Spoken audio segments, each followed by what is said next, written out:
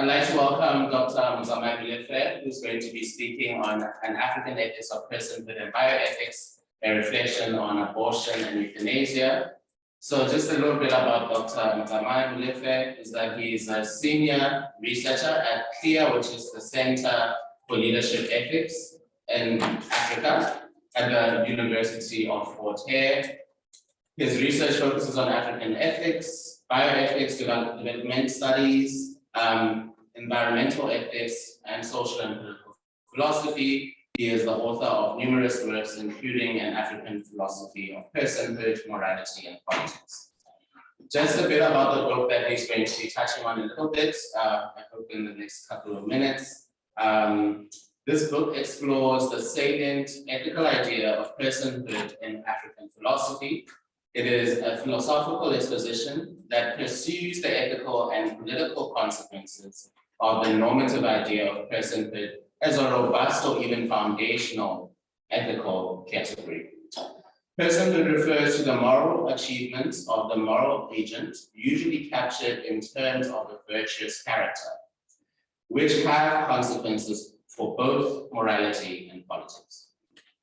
The aim is not to argue for the plausibility of the ethical and political consequences of the idea of personhood. Rather, the book showcases some of the moral political content and consequences of the account it presents. You can go ahead, Dr. Molefe, for the next 30 to 40 minutes. And questions on this. Thank you. Thank you to the organizers, the department, and Shuma for having me here, and also to share some of the results of the research. The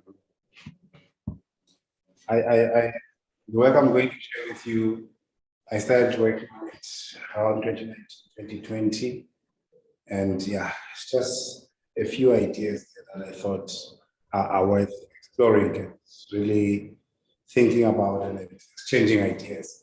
So I work in the tradition of African philosophy, specifically in the area of ethics. Important debates have taken place in Western moral philosophy on several fronts. And many of these debates have not occurred in the African context, at least in philosophy. So when I started thinking specifically about these two cases, the case of abortion, the question of abortion, the debate of abortion, and the debate on euthanasia, is because there has not been extensive work, at least among African philosophers, reflecting on the consequences of their ideas on these questions. So the purpose really of this work was to take one salient concept, it's not the only one, might be others, one salient concept, and specifically the idea of personhood or umuntu among the Ngunis, the idea of personhood as an ethical category, and evaluate its content, and after, in fact, do an exposition, a philosophical exposition of its content, and then think about the consequences of that content for these two categories, the questions of abortion and the question of euthanasia. And also to properly locate this discussion. This is a discussion in an area in moral philosophy called bioethics, where our biological existence occasions certain ethical questions, occasions certain questions of values. So in this particular book, I deal with questions at two categories in relation to our biological existence. Questions at the beginning of life, right? Questions around pregnancy, right? Not so much the pregnant, but that which is possessed in pregnancy, right? And those are questions at the beginning of life, right? There are a lot of questions that philosophers deal with there. Questions like stem cell research, but one of the questions that has really captured my attention is the question of the category I call the young, and specifically here, from a zygote, from the prenatal stage of pregnancy to the end. If you think of that thing that emerges at that time after fertilization, if you think of that thing that is encapsulated during the period of pregnancy, right, from when a zygote is formed until birth, just before you cut that, and you want to think this thing that is carried during this time and through its evolution, when does it become of ethical significance, such that it is not permissible to do certain things to it? Or do ethical questions arise at all for this thing during that period? That's what the debate really is about. That's what the debate is really about.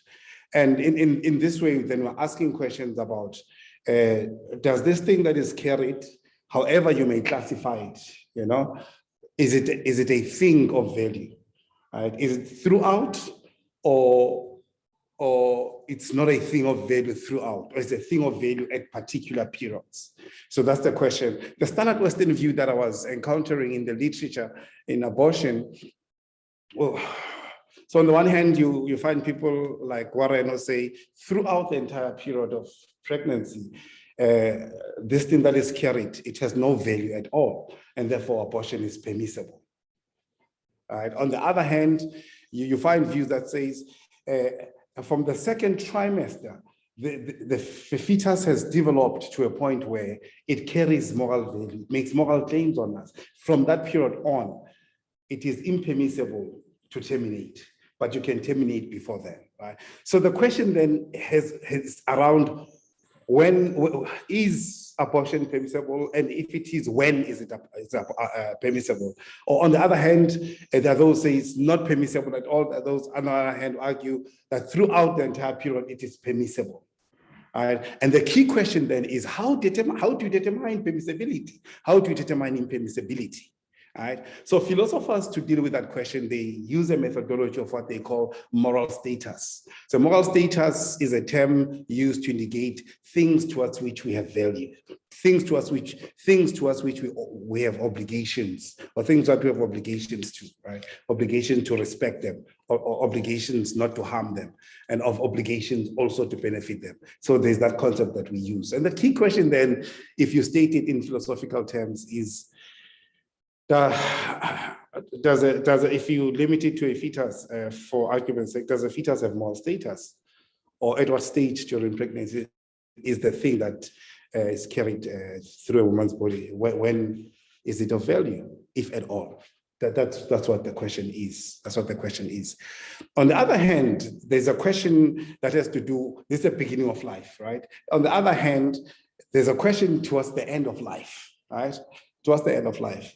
When you're old and frail and you're medically sick, and you're old and frail and you're very sick and you live in excruciating pain, and there is no potential for relief. There's no potential for relief. The only thing that we are sure of is that your life will continue to deteriorate and until you die. At that particular point, the question that arises, does a person have a choice to decide when to end their life? Should that be a moral question that we should consider, right? So typically this is done in a medical context where a person is in very extreme medical conditions where there's no hope, right? So, and then euthanasia, literally translated, mercy killing, right? So this is killing, this is a person, this is the medical practitioner, terminating someone's life for their own benefit, to relieve them from the suffering, right? And so this is, and this is very critical. It's killing them for their own benefit, and in relation to the medical condition, which is extreme, excruciating, as no technology or no medical relief is possible, right? And when all things being equal, and we are sure about the science, then we deal with the moral question. Would it be permissible to do euthanasia? And even in this case, you find two diverging views. On the one hand, you find the view that says, this is typically the Catholic view, that says human life is sacred, under no circumstance is permissible to terminate human life. All right. Other views say, look, some views says no. If you take a standard view that values autonomy as the most important thing about us, say, look, if you make a rational decision and we've got the medical evidence that this is the case, there's not going to be improvement and your life is just a life of shame, deterioration, you're just going to be suffering, you have a choice to make that voluntary decision to say, please take me out, right? And the considerations intuitively is about how to deal with human suffering at that particular stage of our lives, right? Is there a place for mercy? Is there a place for mercy, right? And the tension then for those who of religious bent is say, no, we've got no licensed legitimate space to make a contribution. Only the divine can do that. So we can't license ourselves like that. But those of a more secular orientation says, look, intuitively morality would seem that we need to be merciful, right? So this has really been the debate, right? But for the scope of my discussion is then within ethics, it's not within law, right? Jurisprudence and lawyers could come with determination that stipulate, but I want to think, do we have good reasons that we could draw from ethical resources to really reflect on these questions? So on my part, because there's not been much literature in African philosophy thinking about these questions, I wanted to do an examination of this concept of personhood. So what would this concept, what would be the consequences of this concept? And I must also make this admission. What I was not doing was I was not evaluating this concept as to whether it is correct or not. But what I wanted to do is to say, look, let's subject it to philosophical scrutiny and see what it can give out, right?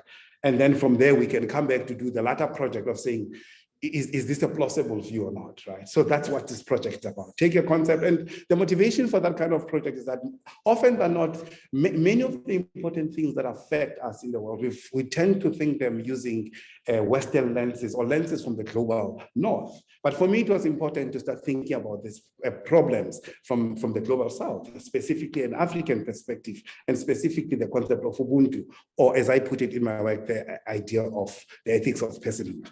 So let's get to this idea of personhood and see what it would imply about the two cases. So I'm going to be rough, I'm going to be sketchy just to give you a picture, and then we can engage. All right, so before we go to either of the cases, let's start with this concept of personhood. So the way I understand this concept of personhood, I understand it in two ways. The concept of personhood really is about moral recognition. At the heart of this concept of personhood, it's about moral recognition. Right? It's about moral recognition. But there are two kinds of recognitions that I play here. On the one hand, there is what I want to think of as a much more fundamental form of recognition. Another one, what I would tend to think of is the recognition that flows from the primary one, the secondary recognition. So the first kind of recognition is where we recognize you for being the kind of a thing that you are. And after recognizing you for the kind of a thing that you are, we then associate value with you for being that kind of a thing. That's the first kind, what we might call, and this kind of recognition is the one that grounds the fundamental kind of respect, right? Let me give you an example of this kind of recognition. And it's recognition of the value of a thing, which comes from the kind of a thing that it is. If, for example, you meet a lot of buildings, you're walking around and you see a lot of buildings. And as you walk around, somebody says, stop, this building that you are passing, that you're about to enter is Parliament, right? It is Parliament. So please be careful about decorum, be careful about how you behave, right?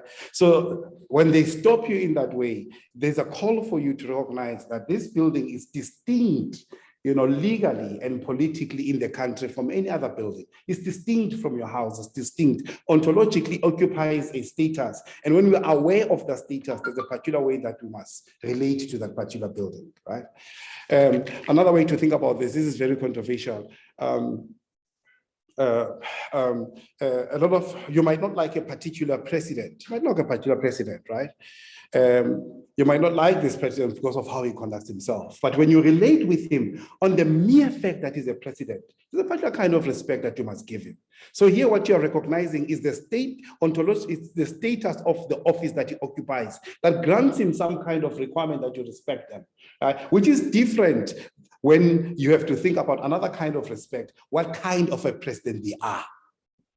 So on the one hand, you recognize the office they occupy and the status that it grants them. On the other hand, you could evaluate their performance as a president. And those are two distinct things, right? So the one kind of recognition, it's fundamental, right? That is fundamental, right? And then it explains the other one, right? Then we can, when we recognize that you're a president, then there's another question we could ask you. Could we still respect you for the kind of a president that you are? On the one instance, we recognize you for the status merely of being president. The day you are inaugurated as a president, there's a particular kind of respect that is due to you merely for being a president. There are certain entitlements that come to you merely for being a president. But there's another question also that comes with, how have you conducted yourself as a president? Then we may respect you in the one form and not respect you on another. Do we get that distinction? So there's that distinction that's going on in the idea of personhood. So in other words, this idea of personhood has got those two dimensions. The first one is the primary, the second one is the secondary. The primary one is what we tend to think of in terms of human dignity. Right. So if we're hunting, we do game hunting, we're carrying guns. I'm not saying it's permissible, I'm not saying I support it, I'm just making a point. And as you're about to shoot, someone say, hey, be careful, that's a person, referring to a human being. We would be surprised if you did insist wanting to kill, right? Would have made a claim that brings your attention a particular ontological being which has got a particular status, and that status determines how you should relate to it. This being has not done anything, it's just, you've just recognized it for what it is. Right? So it's that kind of respect that would affect how you as a hunter you would behave, right? And when you've recognized that, it affects how you behave, right? So another thing, whether he's a criminal or a bad person and all of that. So there's that idea of value. It is this idea of value that tends to do a lot of work when you think about how to relate with things, right? In other words, the question we'll be asking, when we encounter a fetus, does the fetus make that kind of moral demand on us that we should stop before we behave towards it, or it does not? And then before we can decide that a fetus does that, we need to ask, what is it about human beings that makes them to make this kind of demand?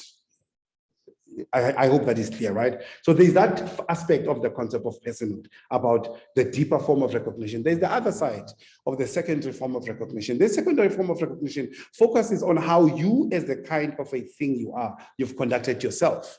How have you as a human being conducted yourself? So much that if your conduct has been one that is not befitting of a human being, we could say this is not a person. Right? We're not denying the first form of recognition. We're saying you have not lived up to the possibilities of this. In other words, you've lived below your capabilities, right? Not that you're not a human being. You're still a human being, but you've lived below that. And then in that form, we can berate you, not as a human being, but in terms of the quality of your conduct or the quality of your character. So you've got these two things together that constitute what I think is the theory of personhood. On the one hand, recognition that you are this kind of a thing with these kinds of possibilities, right? When you actualize these possibilities, then you say, hey, you are a person, right? So what are these possibilities? So the belief seems to be in African thought that a human being comes loaded with the capacity or the possibility for virtue, that you could develop a good character. And this good character is one that is described in terms of relational virtues. You're kind, generous, loving, forgiving, magnanimous, compassionate, right? Things to be tolerant and all of that, right? So when we say you're a person, we're really saying that you manifest these virtues. You've got a character like that, right? So this concept of personhood then has got those two dimensions. On the one hand is the recognition that you are value because you have this capacity. Right, the capacity for virtue. On the other hand is to say, look, you have developed this capacity and now you've achieved personhood. For our discussion abortion and euthanasia. The important part of personhood is these capacities. The question that we should ask is, does a fetus possess these capacities? Does a fetus possess these capacities? Maybe to make the point even clearer, you could ask, do animals possess this capacity? If an animal doesn't possess this capacity, then it does not make any moral demands on us. Then we do not owe it any duties, right? So in that sense, we can do with an animal as we please, right? But now the focus is a specific candidate. The focus here is the candidate called a fetus. The question, does the fetus have the capacities for virtue, right? Does have capacities for virtue. And so my analysis of African thought seems to suggest, look, the fetus does not have the capacity for virtue. Doesn't have the capacity for virtue.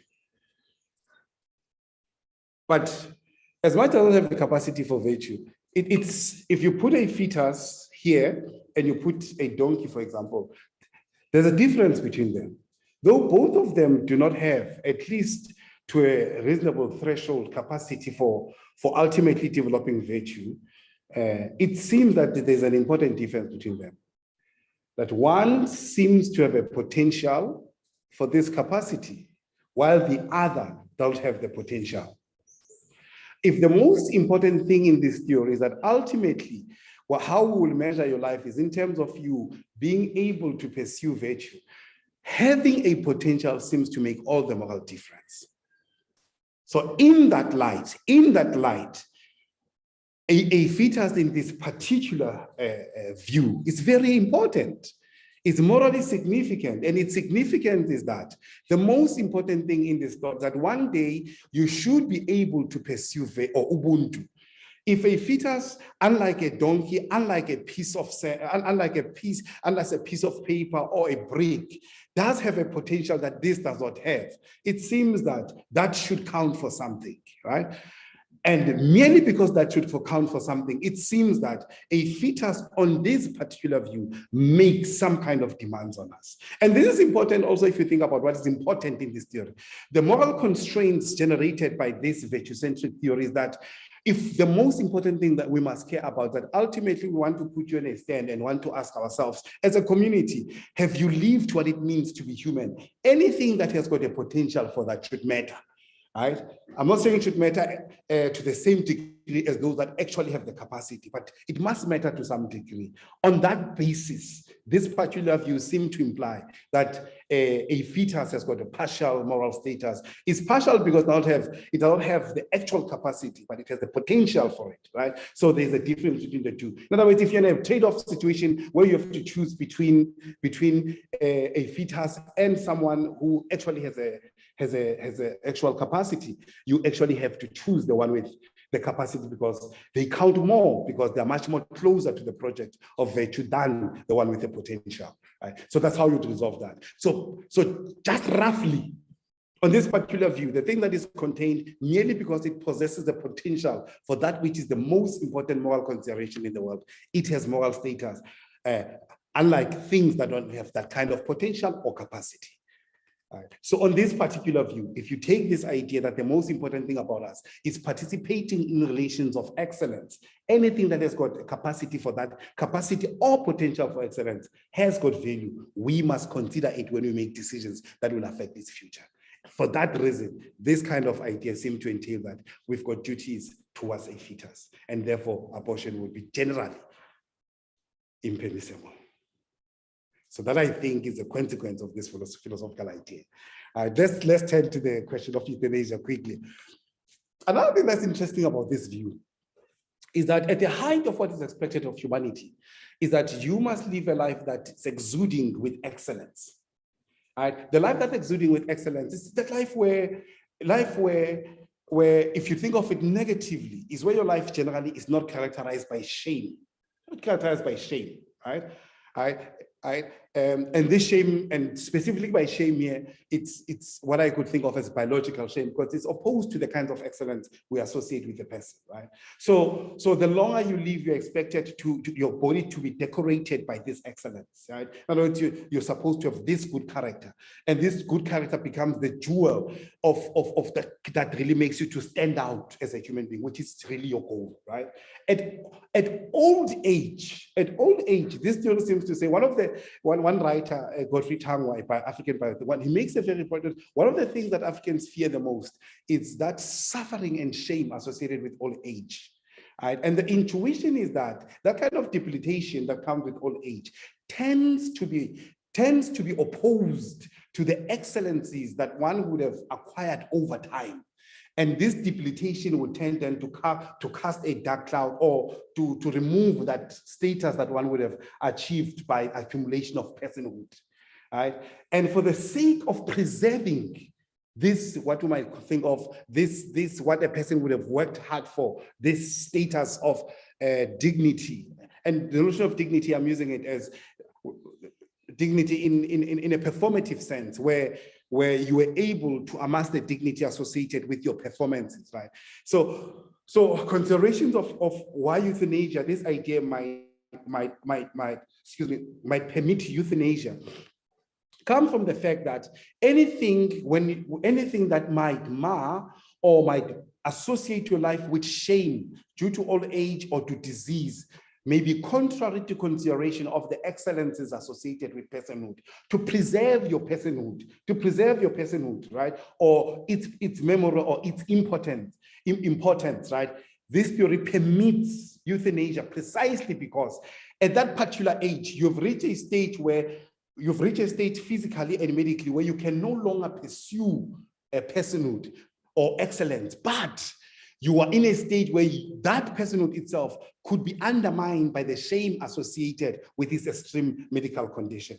So the idea of the potential to pursue this excellence, or where you no longer have that potential, becomes a deciding factor at the end of life spectrum. Right? Here we protect you because we've got the potential to grow. Here we could terminate you. Here you could volunteer to terminate your life because you've reached a point where you can no longer exercise that potential. And all that you've acquired could be brought to shame through suffering and disease. To preserve this personhood that you've achieved, and we're sure that there's no medical intervention that can assist you, the loss of that potential to participate in personhood is sufficient ground, ethically speaking, to permit a euthanasia. So you can see the explanation stems from this concept. So what's the most important thing about human existence? Is this potential, is this capacity you have for virtue. What's the goal of human existence? Is to pursue Ubuntu, right? To be more of a human being, to be better at this thing, being a human being, to perfect yourself. That's the goal, right? So why must we why must we forbid abortion? Because it stops those things with an opportunity to participate from participating, being against this requirement of excellence. On the other hand, on the end of life, when you've reached the height of existence, but you can no longer exercise this potential or capacity at that particular point to preserve the status, then you may permit euthanasia. So the difficult question then that could come on the one hand is then the case of you, if you never develop anything good, right? You've just been a wretched humanity. What do we do with you, right? But the principle, the underlying principle is the question that we have to ask when we deal with cases like that, do you still have the potential to do it? If you have the potential, then we should give you more chance to continue. If you don't, then euthanasia is permissible. I think I want to leave it at that to allow for engagement.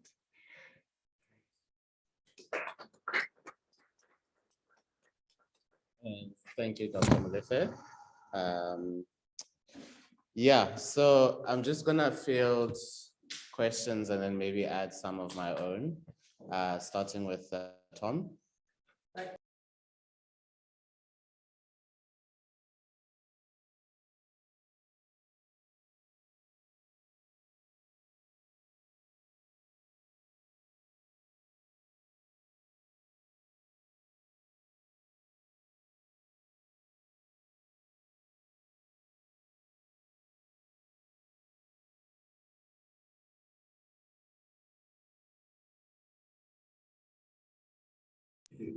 Yes. Okay.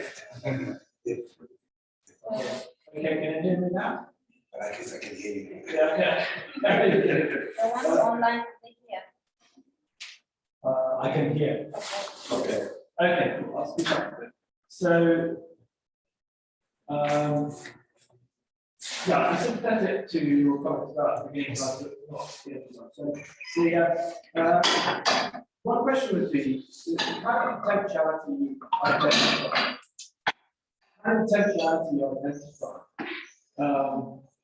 the virtue.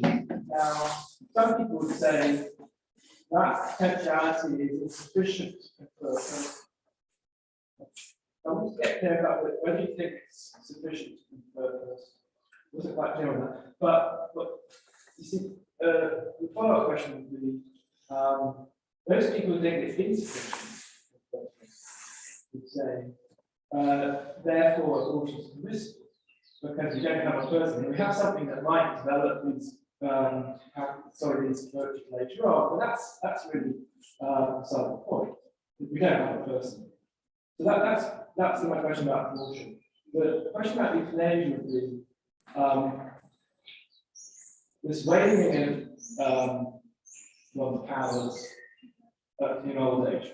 We can grant that, but if you grant that the virtues of what matter in abortion, as it were, the teleology of virtue, then surely the person still has that. In fact, they don't just have it; they actualize it when they're old as well. I'm not quite sure that they're lacking in virtue. They might be lacking in certain physical factors. They might, but surely they can educate their children. They can have wisdom of various kinds. Seems to me sort of captures or tendentious to focus on their way in physical factors.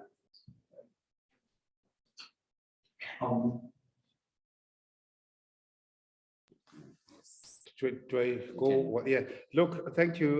Thanks, Tom, for that. Look, the first question. Surely you're aware of the distinction that the concept personhood is in philosophy, moral philosophy. It's a technical term, you know. So when we say it's usually reserved for full moral status, right? And my comment, I don't quite grant a fetus a personhood, right? I granted partial moral status because personhood for me is a function of the capacity, the actual capacity. But a fetus merely has the potential. And because it has made as a potential, it's not quite a person, doesn't have human dignity, but it has moral status. So I take the idea to admit of degrees. So in other words, so if you take a normal human being and a fetus, the major difference between the two, that one occupies the zone of the potential and one occupies the zone of the actual, right?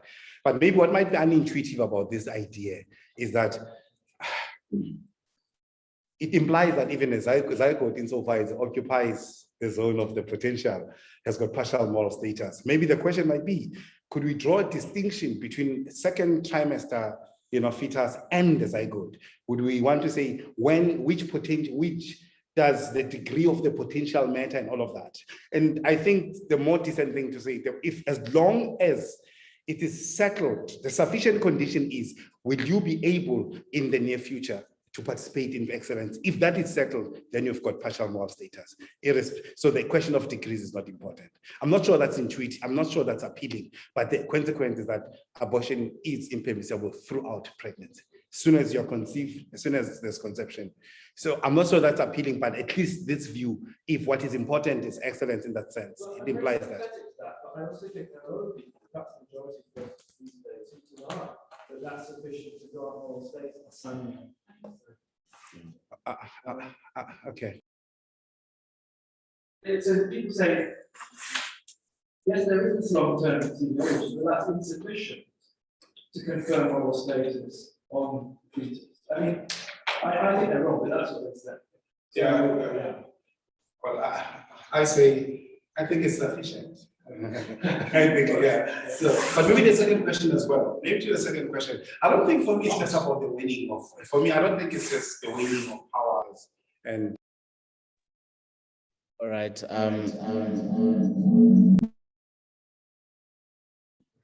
Okay. Yes. Just before you answer, Dr. Molefe, can you also take a question from Fatima, and then he'll answer them both at the same time. Okay. I'm somewhat covered by Asanda. My question is similar. Primarily, my concern is the way in which we speak about the fetus without the body that holds the fetus, as though it is viable in and of itself. I mean, we wouldn't speak similarly about a hand or a foot or a heart or a liver. We wouldn't give it a assigned moral status. We would inevitably connect it to the body that it is within, because it can't function on its own. And then exactly, a similar concern about how you would envision the status of the individual who would be subject to a potentially to a state where they could no longer grow their own personhood, as we speak about the person at the end of life who would be considering euthanasia. So the body who would hold the body of the fetus, if they could no longer continue their own personhood by virtue of not being able to have an abortion, how would we think about them at this stage of life? So it's about transferring the same idea of dignity and the possibility of a good life, so to speak, to the person who holds the fetus. And then to contemplate how we think about the fetus without the body that holds the fetus, as though it can possibly even exist without the body that holds the fetus. Thanks. All right. Thank you. Virtue of that they have some degree of moral status. And of course, they don't have that potentiality independent of external inputs, because in order to develop into something with the capacity for personhood, they need all the kind of nutritional inputs and all of what happens when a fetus grows in the womb. Now, you mentioned that might go all the way back to the zygote, but my question is, doesn't it go all the way back to the gamete? Because it's also true that the sperm or an egg has the potential to develop into something with the capacity for personhood, not independent of external inputs, but still it has that potential. So what does the view which you're describing say about practices like contraception, which involve storing gametes? People online and if you have questions, I think you can summarize the question.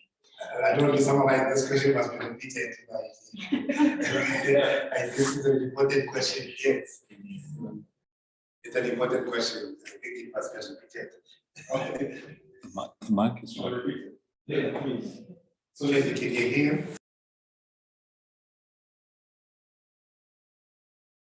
all right. There's an echo.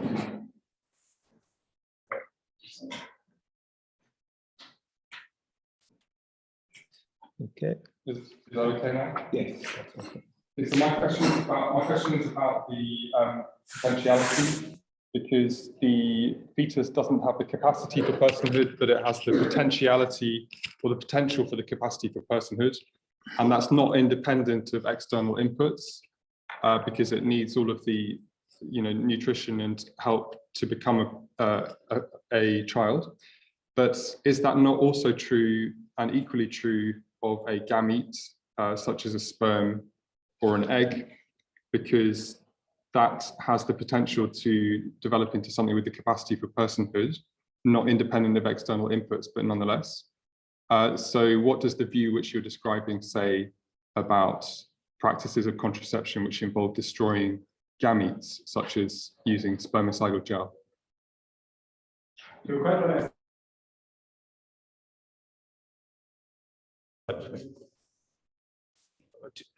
To be honest, thanks, George, for that important question.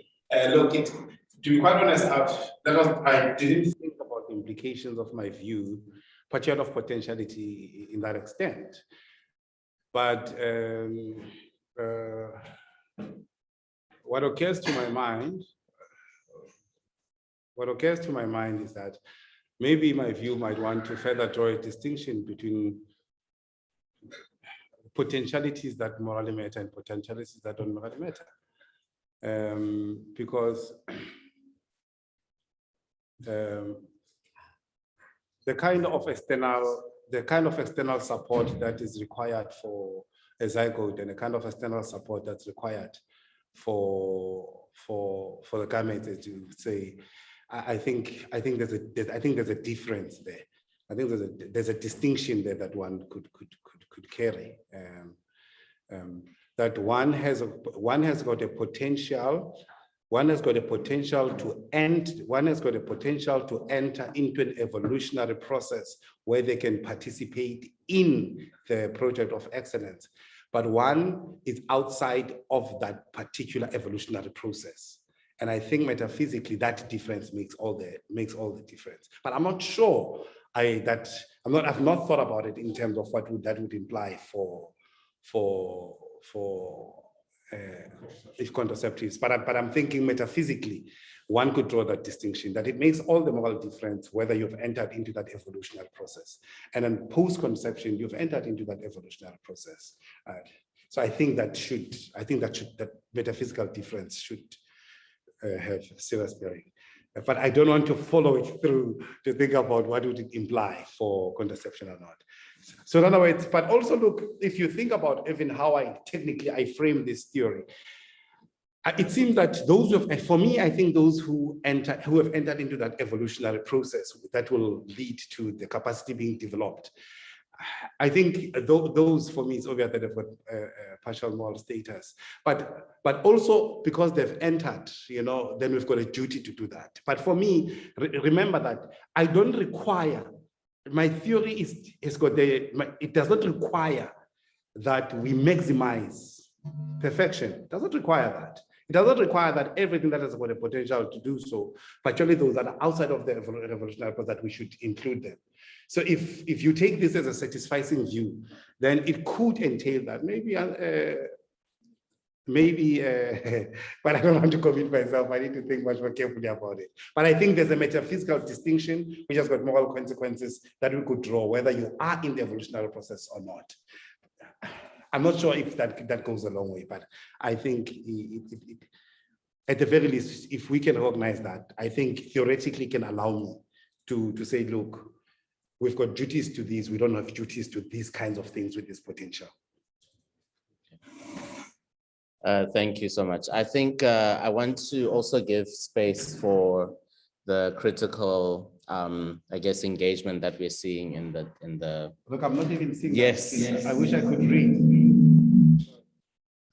Yes, sorry. I'll read it for you, and then maybe you can make a comment to any of the concerns that are being brought up. One of the concerns that we're seeing are from Asanda Benya, who asks, why is the idea of excellence? Why is this idea of excellence, and what is this idea of excellence rather? And why is it being allowed to trample on the project of subjecthood or the woman's autonomy? So that's one of the concerns. Maybe let's deal with them one by one. No, I think it's better for us to deal with them maybe as they come so that we can end on time. There's going to be about 10 minutes, like about 5 minutes left. So I just want to also give them a platform. If you can just hit the first one. Okay. Yes. So what is this idea of excellence, and why is it being allowed to trample on the project of subjecthood or the woman's autonomy?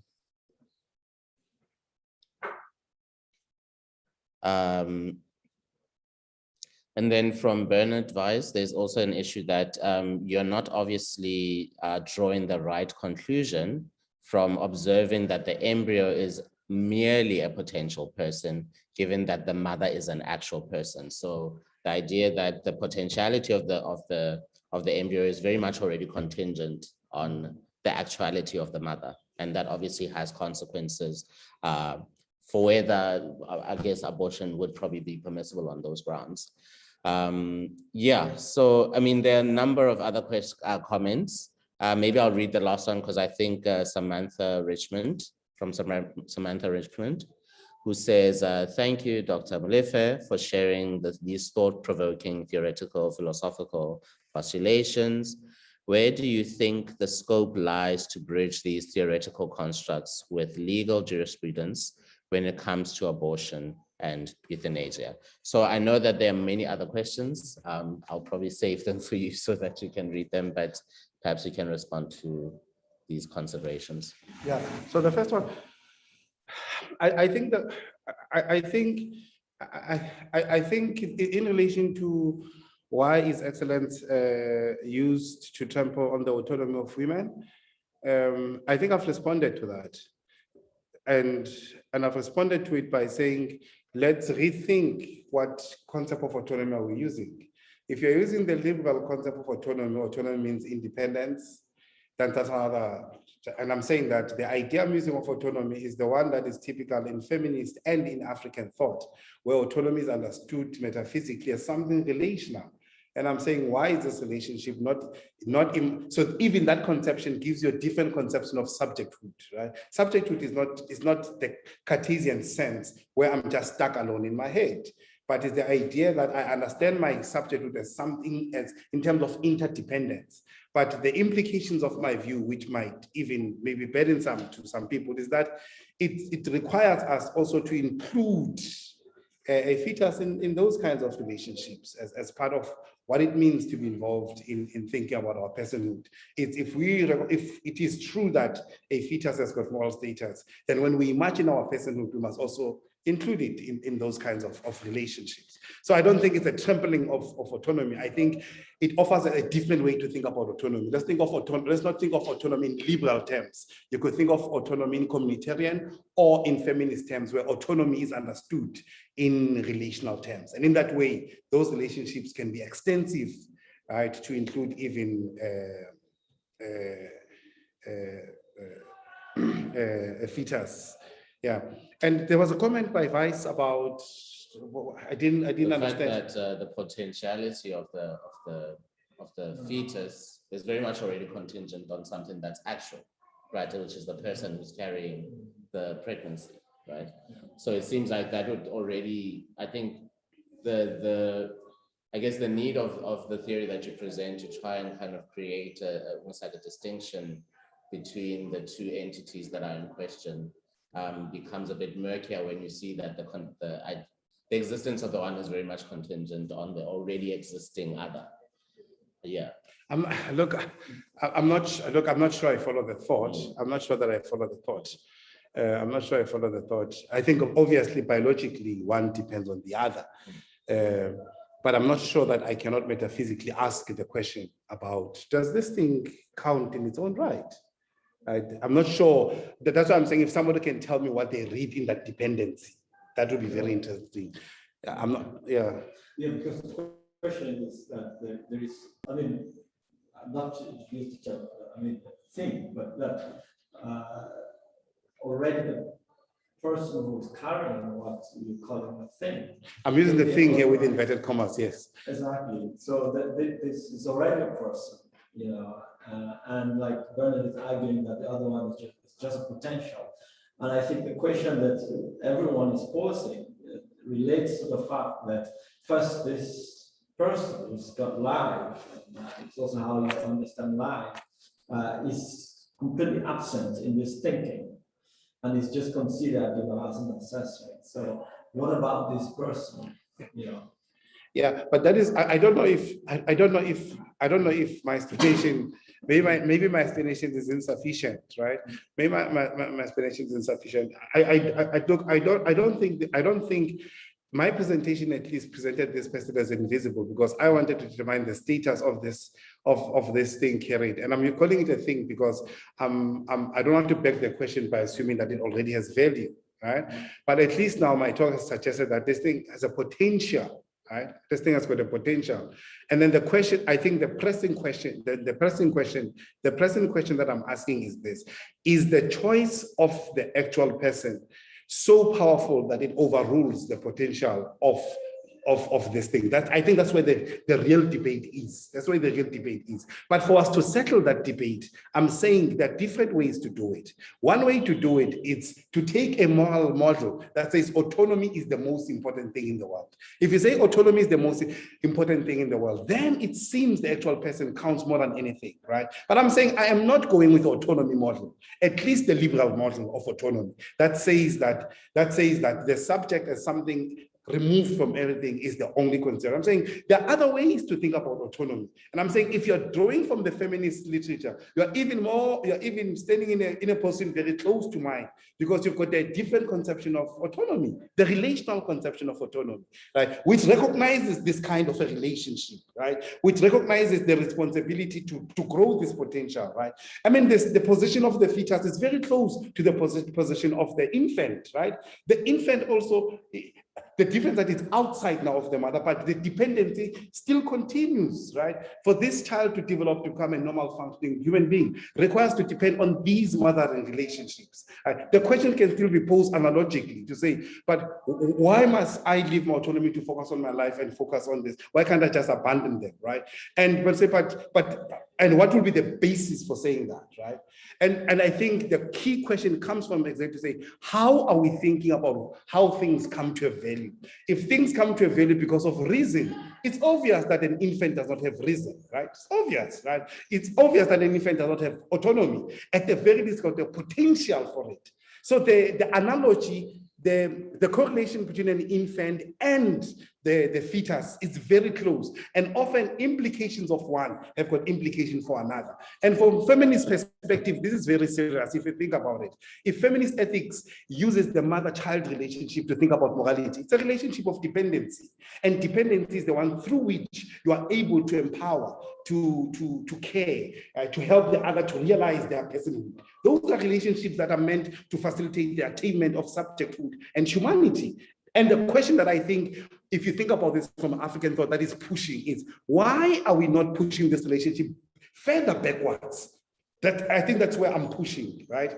And I'm saying, if you are insisting on autonomy, the consequences of the liberal conception of autonomy puts the infant and the child at risk. Because also there's this dependency, except that now it's not direct that you're inside, but you're outside. But you're also a being of potentiality. You still don't have the capacity. And I'm saying, put in that position, you're in a similar position as a fetus. And I'm saying, theoretically, as a philosopher, we need to find a unified account that protects not only if you reject the fetus, then you must have a theory to accommodate the infant. And I'm saying, often people think they can get away with this one and still want to keep this one. I'm saying it's not that simple. You need a theory that can unify, that can explain why, what is the distinction here. And I'm saying this operates on the zone of potentiality. All right, so I'm unfortunately going to have to end it there for the interest of time, because we were meant to end about 15 minutes ago.